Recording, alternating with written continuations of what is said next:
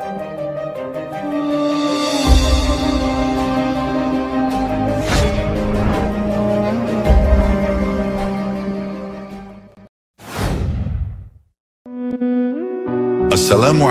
warahmatullahi wabarakatuh.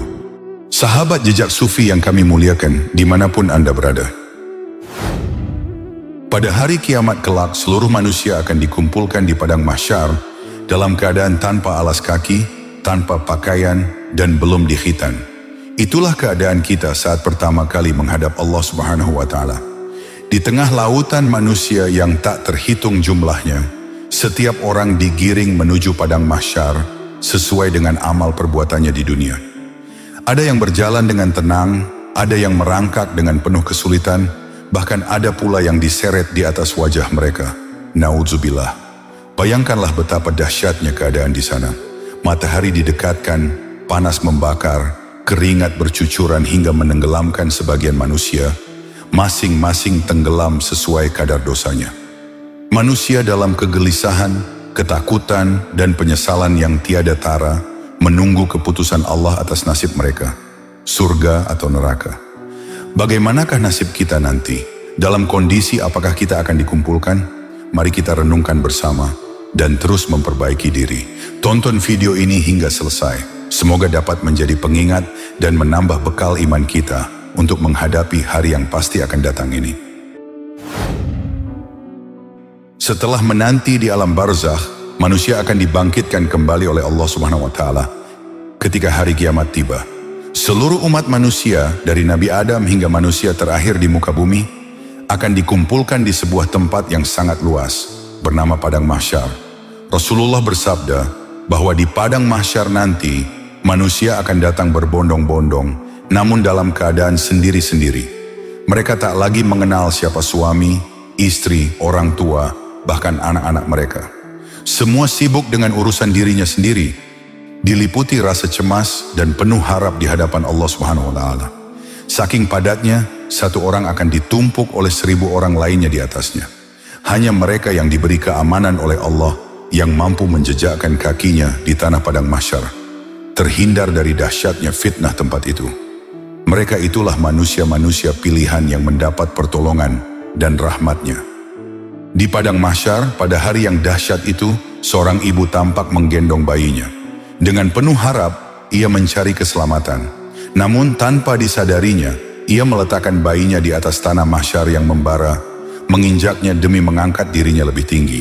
Ia tak sadar, anak yang pernah dikandung dan disayanginya kini menjadi pijakan agar ia bisa bertahan dari kedahsyatan siksa hari itu. Di tengah kegentingan itu, para wali, para orang-orang soleh, bergerak berbondong-bondong. Mereka mencari Nabi Adam alaihissalam. Mereka memanggil-manggil, "Wahai Nabi Allah, wahai ayahanda umat manusia, berikan kami syafaatmu. Tolonglah kami dari dahsyatnya padang mahsyar ini." Namun apa jawaban Nabi Adam? Dengan suara pilu beliau berkata, "Aku tidak mampu. Dulu aku sendiri telah memohon kepada Allah agar dipertemukan kembali dengan Hawa saat aku terusir dari surga. Aku pun diselamatkan. Hari ini aku tidak sanggup menolong kalian." Dengan hati penuh keputusasaan, manusia-manusia itu melangkah lagi. Mereka menuju Nabi Musa alaihissalam. "Wahai Nabi Allah, Musa, tolonglah kami. Berikan syafaat agar kami terlepas dari siksa mahsyar ini." Namun keadaannya sama. Tiada satupun manusia yang mampu menolong pada hari itu.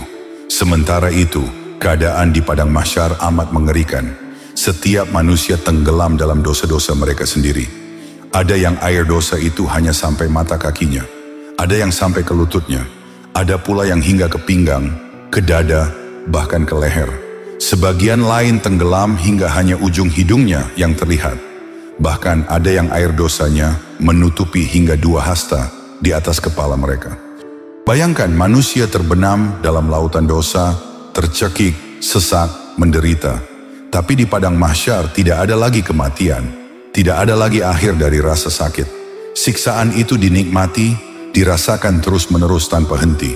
Begitu pedihnya, sampai-sampai orang-orang kafir pun berteriak, "Ya Allah, selesaikan siksaan ini.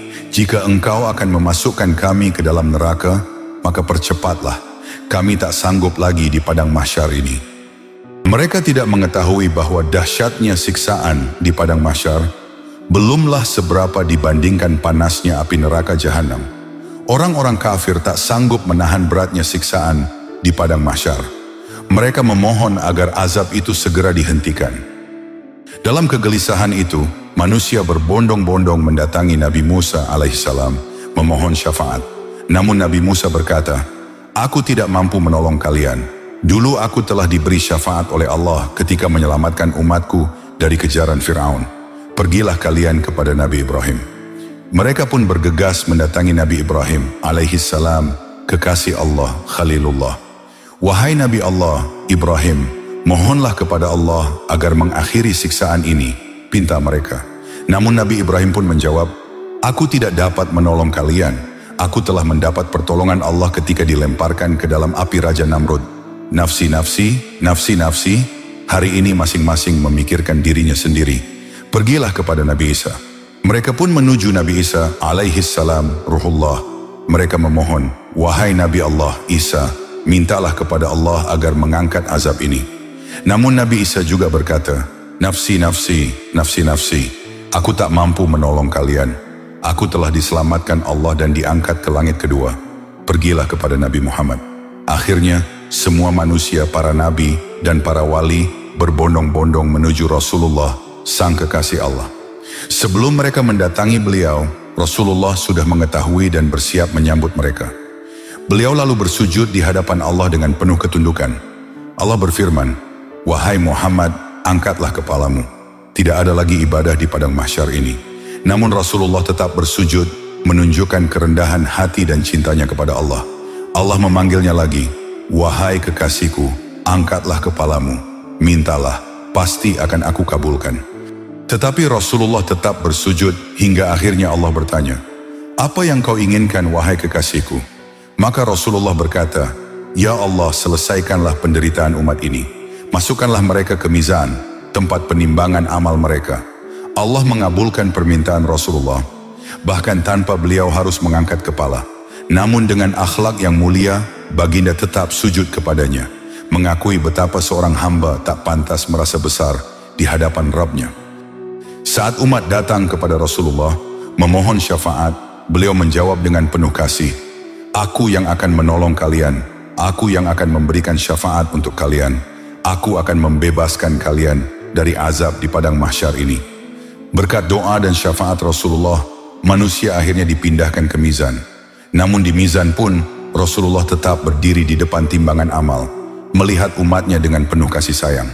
Saat melihat dosa-dosa besar yang menimpa umatnya, beliau kembali bersujud dan berdoa, "Ya Rabbku, ringankan beban dosa umatku, beratkan timbangan pahala mereka, ampunilah kesalahan-kesalahan mereka."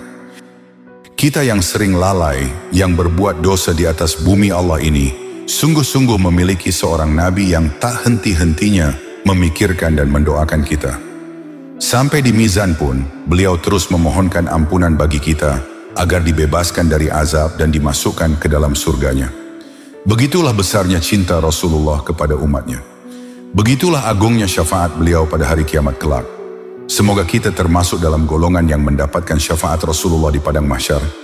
Semoga Allah meringankan hisab kita, memudahkan jalan kita ke surga, dan melindungi kita dari fitnah padang mahsyar yang amat dahsyat itu. Amin ya rabbal alamin.